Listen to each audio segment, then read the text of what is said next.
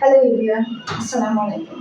আজকে আমরা যোগাযোগকরণের যশোর 2023-এ যে কোশ্চেনটা আসছিল এটা সলভ করার চেষ্টা করব। তো দেখো, এই প্রশ্নটা যে আসছে, এই তিনটে প্রশ্নই কিন্তু খুবই গুরুত্বপূর্ণ। কারণ তিনটাই হচ্ছে তিন টাইপের প্রশ্ন।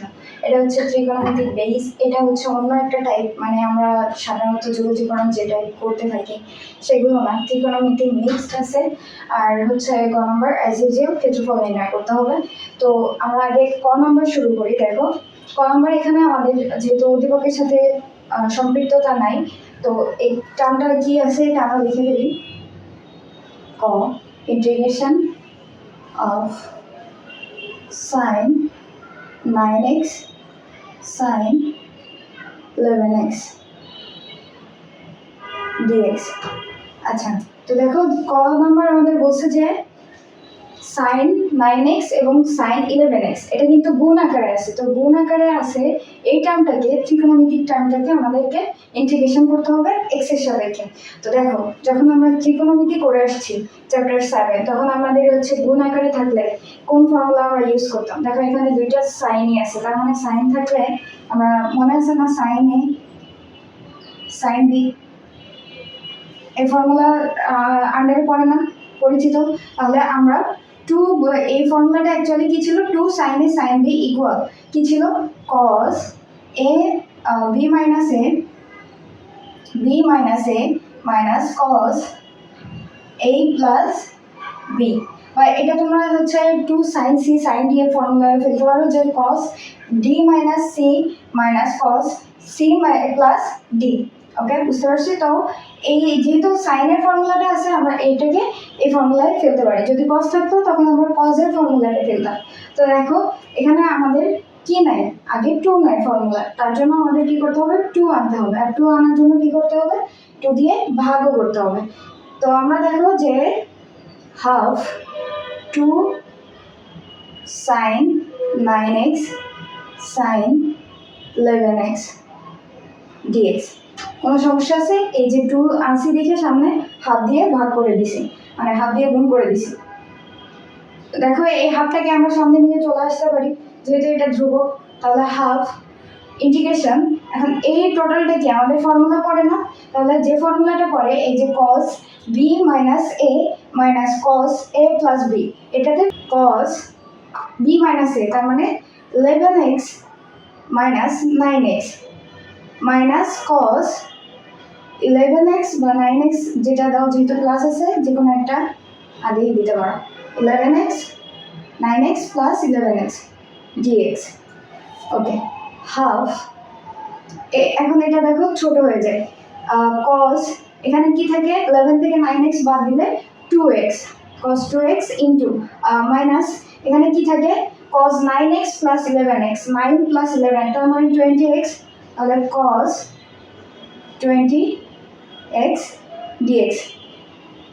এখন দেখো, এটাকে কি করবো, জাস্ট ইন্টিগ্রেশন করে দেবো, আমাদের এই টার্মটা চলে আসছে।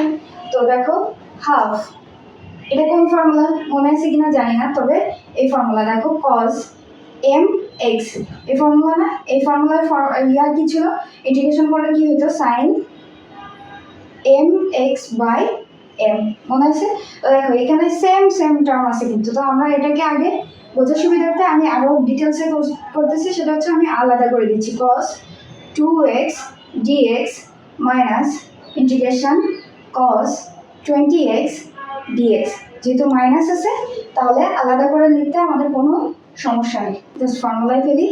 হাফ cos 2x, এটা ফর্মুলা করলে কি হবে, সাইন 2x বাই 2 মাইনাস, যেহেতু হাফটা সবার সামনে আছে, সাথে আছে, এর জন্য আমি ব্র্যাকেটটা দিয়ে দিলাম, minus sine 20x by 20।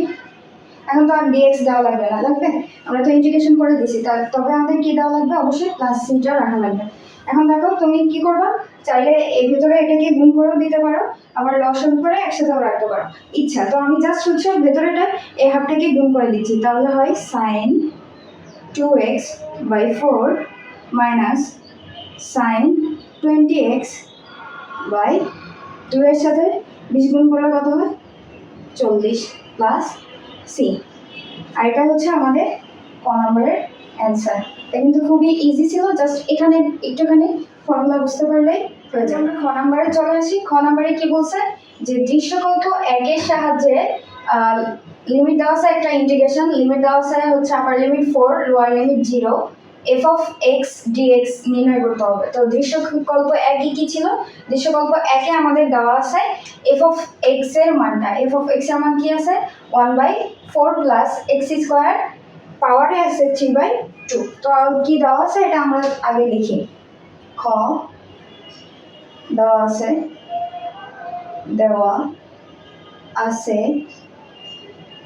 F of X equal 1/4 plus X square, power হিসাবে আছে 3/2। এটাকে আমাদের কি করতে হবে, এটা হচ্ছে দৃশ্যকল্প একের আলোকে মানে এটাকে আমাদের হচ্ছে ইন্টিগ্রেশন করতে হবে, যেখানে আমাদের একটা লিমিট দিয়ে দিচ্ছে এক্স এর সাপেক্ষে। ওকে, তো দেখো এটাকে আমরা লিখে ফেলি। Integration lower limit 0 upper limit 4 F of x DX limit 0 4 1/4 plus X square, আর আছে 3/2 dx। এখন দেখো আমরা হচ্ছে এটাকে দুইটা পদ্ধতিতে করতে পারি। একটা হচ্ছে আমি দেখাই দিচ্ছি যে limit 1/g of x root over f of x, এইরকম করে এই হচ্ছে টাইপের নিয়ে আসে, তারপরে সলভ করতে পারি। দ্বিতীয়টা হচ্ছে আমাদের ত্রিকোণমিতিক টার্মগুলো নিয়ে এসে করতে পারি। তো এই আকার যখন নিয়ে আসবা, অ্যাকচুয়ালি এই আকারটা একটু জটিলতা আছে, মানে একটু প্যাচ লাগার সম্ভাবনা আছে। এজন্য আমি কি করব, আমি ট্রাই করতেছি যে এটাকে ত্রিকোণমিতিক কোনো ফাংশনের আন্ডারে পড়ে কিনা বা ওইরকম করে সমাধান করা যায় কিনা। দেখো তো আমরা যদি এক্স স্কোয়ারকে কোনো একটা কিছু ধরি, মানে স্কোয়ার আছে এখানে তাই না, তো আমরা যদি এমন করি যে হচ্ছে আমরা কি জানি ত্রিকোণমিতিক ফাংশনের মধ্যে যে 1 plus tan square theta equal কি sec স্কোয়ার থিটা, তাই না? তো দেখো এখানে আমাদের কিন্তু এগুলো কিচ্ছুই নাই। তাহলে আমরা কি করব, আমরা যে কোনো একটা টার্মকে যে কোনো একটা কিছু ধরবো। দেখো এখানে আমাদের স্কোয়ার আছে কার উপর, এক্স এর উপর। তো এক্স স্কোয়ারকে আমরা ধরলাম যে 1 প্লাস tan স্কোয়ার থিটা। এখন দেখো এক্স স্কোয়ারকে যখন আমরা 1 প্লাস tan স্কোয়ার থিটা ধরতেছি, তখন এই পুরো টার্মটা আমাদের কি আসে, পুরো টার্মটা চলে আসতো 4 প্লাস 2 tan, তারপরে হচ্ছে tan থিটা হোল স্কোয়ার, এটা না। এখন আমি এই টার্ম থেকে এখানে কেমনে যাব এটা দেখাচ্ছি যে 4 প্লাস এখানে কি আসে 4 tan স্কোয়ার থিটা। এখন দেখো আমরা যদি 4টাকে কমন নিয়ে নিই তাহলে কি হয় 1 প্লাস tan স্কোয়ার থিটা, বুঝতে পারছি? তো এই হিসেবে আমরা যদি এখানে এক্স কে কি ধরতে হবে, তাহলে দেখো এই ম্যাথের সাথে মিলাইতে গেলে এক্স কে আমাদের 2 tan থিটা ধরতে হবে। মানে এক্স স্কোয়ার আছে যেহেতু, তো স্কোয়ারটাও ধরবো না, জাস্ট হচ্ছে এক্স এর মানটা নিব আমরা। তো 2 tan থিটা ধরতে হবে। তো আমরা যখন 2 tan থিটা ধরবো, তো 2 tan থিটা ধরতে হবে। এরপরে আমাদের ত্রিকোণমিতিক ফাংশন অনুযায়ী ম্যাথটা কিন্তু খুব ইজিলি সলভ হয়ে যাবে এবং তোমাদের বুঝতেও সুবিধা হবে। তো আমরা এক কাজ করি যে হচ্ছে এটাকে আগে লিখে ফেলি, ধরে ফেলি। কারণ ধরার পরে যখন আমাদের হচ্ছে টার্মগুলো চেঞ্জ হবে, টার্ম চেঞ্জ হওয়ার মানে কি আমাদের এই লিমিটটাও কিন্তু চেঞ্জ হয়ে যায়, যেটা কিনা আমরা ওই যে জেড ধরে করি যে ম্যাথগুলো সে তেমনই। আচ্ছা, তো এখানে এক্স সমান কি ধরবো 2 tan স্কোয়ার থিটা ধরি, বুঝতে পারছি? 2 tan থিটা dx সমান 2 থাকবে, tan থিটাকে ডিফারেন্সিয়েশন করলে কি হয় sec স্কয়ার থিটা, কার সাপেক্ষে করতেছি d থিটা, ঠিক আছে? তাহলে এখন আমরা কি করব, dx আছে পেয়ে গেলাম, dx এর জায়গায় যে মানটা পাইছি ওটা বসাবো, x এর জায়গায় যেটা ধরছি ওটা বসাবো। তো এখন দেখো ইন্টিগ্রেশন dx এর মান কি পাইছি 2 sec স্কয়ার থিটা, আর নিচে হচ্ছে 4 প্লাস 2 tan থিটা, আর হচ্ছে কার সাপেক্ষে হয়ে গেল এটা, তাহলে d থিটার সাপেক্ষে। রাইট। dx এর মানটা টোটাল তো এটা ছিল, তো আবার d থিটা এখানে লিখলাম। এখন দেখো তাহলে কি লিমিটটা আমাদের সেম থাকবে? লিমিটটা কিন্তু এই 4 আর 0 থাকবে না। কেন? কারণ আমরা যেহেতু একটা টার্ম ধরে নিছি, সো তার সাপেক্ষে আমাদের লিমিটটাও পরিবর্তন হয়ে যাবে। তো এই এখন আমরা কি করব, যে এই x এর মানের জন্য আমাদের লিমিটটাও চেঞ্জ করব। তো x এর মান কত কত আছে, এখানে আছে 0 আর এখানে কত আছে 4। তো 0 4 এর জন্য আমাদের নতুন লিমিট কি পাবো এটা আমরা দেখব। তো থিটার মান দেখো, থিটার মান তো চেঞ্জ হবে। তো x এর মান যখন 0 বসাবো এখানে কি হচ্ছে, তো tan 0 ডিগ্রির মান কত 0, রাইট। x এর মান যখন 4 বসাবো তখন কি হবে দেখো তো, x এর মান যখন 4 বসাবো থিটায়, তখন আমাদের হচ্ছে এই টোটালটা হিসাব করলে কি আসবে, tan ইনভার্স 2টা পেয়ে যাবো। তাহলে আমরা আপার লিমিট আর লোয়ার লিমিট কিন্তু এখানে পেয়ে গেলাম। আর এটা আমি একটু অন্য কালি দিয়ে লিখি যেন বুঝতে সুবিধা হয়। তাহলে আপার লিমিট পাইছি কি tan ইনভার্স 2 আর লোয়ার লিমিট পাইছি হচ্ছে 0। ঠিক আছে। তো এখন দেখো আমাদের ম্যাথটা করতে সুবিধা হবে না। দেখো এখানে আমরা হচ্ছে x স্কয়ার, তার মানে মানটা বসাই দেই 4 tan square theta, tan inverse 2 0।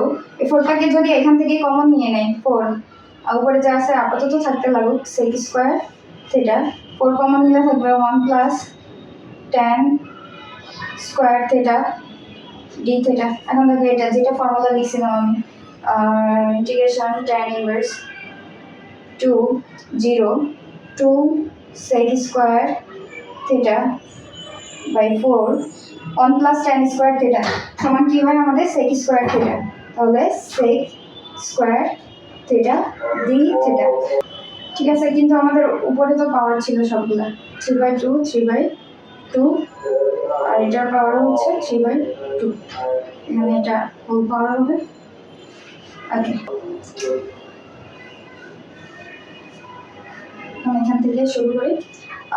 কি করব দেখো, এখন এখানে কি করা যায়, এখানে জাস্ট আমরা পাওয়ারগুলো সিম্পলিফাই করে মানটা সিম্পল করার চেষ্টা করব। তো যা আছে তাই থাকবে, পাওয়ার লিমিট tan ইনভার্স 2 0, উপরে কি আছে 2 sec square theta 2 sec square theta, আর নিচে কি আসবে দেখো 4 এর উপরেও 3/2 যাবে, sec স্কয়ার আর থিটার উপরেও 3/2 যাবে। তো আমি এটাকে আলাদা করে লিখি 3/2 sec থিটা।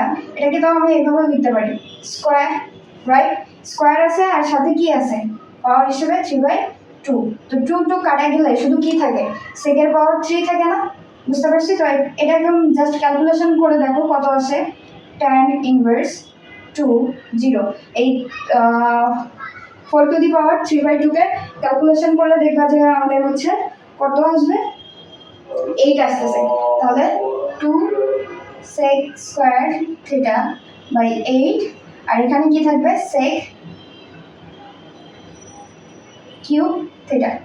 এখন দেখো আরো ছোট করা যায় d থিটা d থিটা, তারপরে এখান থেকে করি। দেখো এটাকে আরো ছোট করা যায়, 2 দিয়ে কাটলে কত থাকে উপরে, উপরে 2 দিয়ে নিচে 4 থাকে, আর এখানে sec স্কয়ার আছে, এখানে কিউব আছে, তাহলে নিচে একটা থাকে। তাহলে এখানে দেখো tan ইনভার্স 2 0, উপরে কি থাকে 1 আর নিচে কি থাকবে 4 sec থিটা d থিটা। এখন আমাদের কাজ কি, জাস্ট আমি 1/4টাকে সামনে নিয়ে চলে আসতে পারি ধ্রুবক হিসেবে 1/4, tan inverse 2 limit 0 1/sec theta d theta. 1/sec কে যদি আরো সিম্পলিফাই করতে চাই কি লিখতে পারি, cos লিখতে পারি। তাহলে 1/4 limit tan inverse 2 0 cos theta d theta লিখতে পারি, কোনো সমস্যা নাই। আচ্ছা, তো জায়গা স্বল্পতার কারণে আমি এতটুকু একটু মুছে দিচ্ছি। এখানে আমরা cos থিটা পাইছি, তাহলে cos কে যদি এখন ইন্টিগ্রেশন করে দেই 1/4, ইন্টিগ্রেশন করলে কি হবে sin থিটা, আর আমাদের লিমিটটা থেকে যাবে tan ইনভার্স 2 0 প্লাস c, ওকে 1/4। এখন sin থিটার এখানে একবার আমরা হচ্ছে tan বসাবো মাইনাস 0 বসাবো, তাহলে থিটার এখানে, তাহলে sin থিটার এখানে tan ইনভার্স 2 বসাবো, tan ইনভার্স 2 প্লাস c। ওকে, এখন এটা 2 নয়, এটা 4। এখন আমরা দেখো এই sin tan ইনভার্স 2 আছে, এটাকে যদি আমরা হচ্ছে সমকোণী ত্রিভুজের সাহায্যে sin এর মানটা বের করতে চাই, tan ইনভার্স 2 আছে, তার মানে হচ্ছে লম্ব বাই ভূমি, তার মানে হচ্ছে লম্ব আছে কত 2, 1 আছে। তাহলে আমরা যদি sin এর মানটা বের করতে চাই এখান থেকে, অতিভুজটা কি হবে √2 স্কয়ার প্লাস 1 স্কয়ার, তার মানে √, কত হবে 3, তাই না? তাহলে sin এর মানটা কি হচ্ছে দেখো তো, sin এর ক্ষেত্রে কি হবে, sin এর ক্ষেত্রে যদি আমরা লিখতে চাই তাহলে এখানে কি হচ্ছে 2√3 লম্ব বাই ভূমি ওই হিসাবে, তার মানে আমরা এটাকে কাটাকাটি করার জন্য ট্যানটাকে সাইনে কনভার্ট করে নিব, তাহলে থাকে 1/4 sin into sin inverse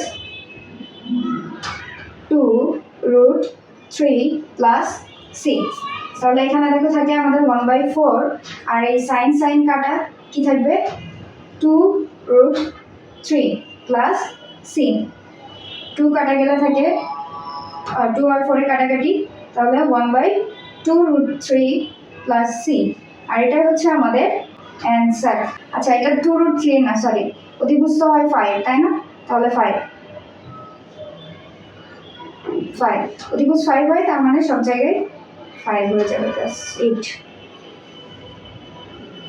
that's it. তাহলে আমাদের অ্যান্সার হচ্ছে 1/2√5 প্লাস 6। আশা করি কোনো বুঝতে সমস্যা হয় না, তারপরে যদি কারো বুঝতে সমস্যা হয় অবশ্যই কমেন্ট করে জানান।